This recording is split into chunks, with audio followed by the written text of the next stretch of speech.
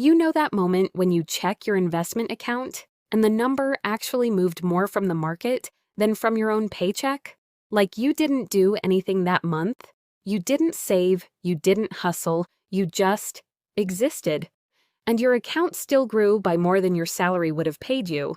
Most people think that moment shows up whenever, randomly, if you're lucky. It doesn't. There's a specific number where this starts happening consistently, and it's not $1 million like everyone assumes. It's $100,000. My name is Lane, and I spend way too much time thinking about money, financial psychology, and why almost nobody talks about the milestones that actually matter.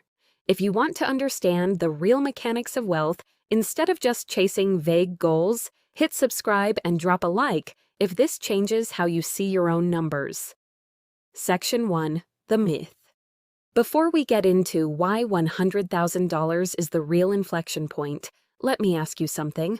When you picture made it financially, what number pops into your head? For most people, it's $1 million.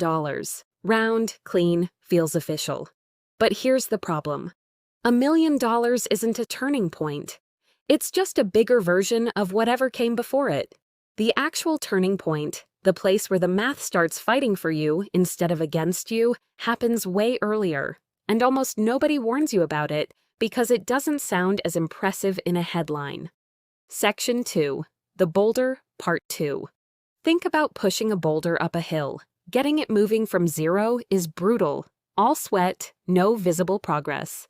That's your first $20,000, your first $50,000.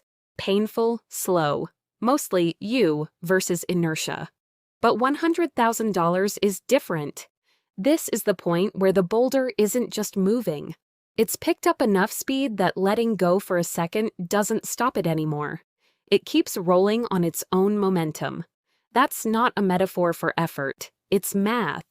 At $100,000 invested, an average 8% return generates $8,000 a year without you touching it. That's a part-time job's worth of income your money is throwing off while you sleep. Section 3. Why your brain changes here, not at $10,000. We've talked before about how $10,000 and $20,000 rewire your relationship with fear and scarcity. $100,000 does something different. It rewires your relationship with time. Once your portfolio crosses 6 figures, you start doing this thing almost unconsciously. You stop measuring progress in dollars saved and start measuring it in dollars earned by your money. That's a completely different mental model. Instead of, I saved $500 this month, it becomes, my portfolio made more than I saved this month. And once your brain registers that shift, something interesting happens. You become less anxious about short-term market dips because you've internalized that the machine works over time, not week to week. Section 4. The Math That Surprises People. Let's run the numbers. Most people never bother running. Say you're investing $1,000 a month at 8% average annual return. Getting to your first $100,000 takes roughly 6 years and 4 months. That's a long grind. Most people quit somewhere in year 3 or 4 because it feels like nothing's happening. But here's the part that should blow your mind. Getting from $100,000 to $200,000 with the exact same $1,000 monthly contribution takes only about 4 years and 3 months. You didn't work harder. You didn't save more. You just let the first $100,000 keep compounding alongside you. That's 2 years shaved off for free, just by crossing the threshold. And it keeps accelerating. Going from $400,000 to $500,000 at that same contribution rate takes under 2 years. Your money starts doing more of the lifting than your paycheck does. That's the actual definition of financial momentum, and it kicks in hard right around 6 figures. Section 5. What $100,000 actually buys you. It's not stuff. Here's what nobody tells you. $100,000 doesn't buy you a lifestyle upgrade. It buys you optionality. This is the point where I can't afford to leave this job quietly becomes I could leave this job if I needed to. You probably won't use that option. Most people don't. But just having it changes how you negotiate, how you speak up in meetings, how you evaluate opportunities that used to feel too risky. It's the same walking away money effect we talked about with $20,000, except now it's not just breathing room, it's leverage. Section 6. The mistake people make right here. And this is where I see people mess it up constantly.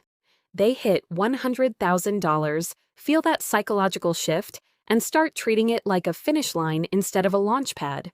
They get more aggressive with risky bets because the boring stuff already got me this far, now I can gamble a little. Don't do this. The $100,000 mark isn't permission to get reckless. It's proof that the boring, unglamorous strategy is working exactly as intended. The people who actually reach $500,000 and beyond are the ones who kept doing the same boring thing after $100,000 that got them there in the first place. Section 7. The opportunity cost reframe. Once you cross this threshold, every purchase decision starts filtering through a new lens. That $40,000 truck isn't $40,000 anymore. It's the $100,000 head start you already built, stalled for years, while it depreciates instead of compounds. People don't usually make that connection because $100,000 feels abstract until you've actually watched it happen in your own account. But once you've lived through the acceleration, you start protecting it instinctively, the same way you'd protect a business that's finally turning a profit. Close identity shift. Look, $100,000 isn't going to make you rich, but it's the number where the machine finally starts running on its own power instead of just your effort. It's the difference between pushing the boulder and watching it roll. Most people never find out how close they were to that shift because they quit right before momentum kicked in. Don't be most people. Keep going. Your future self is closer to that rolling boulder than you think. Most people quit right before this moment. Don't be most people.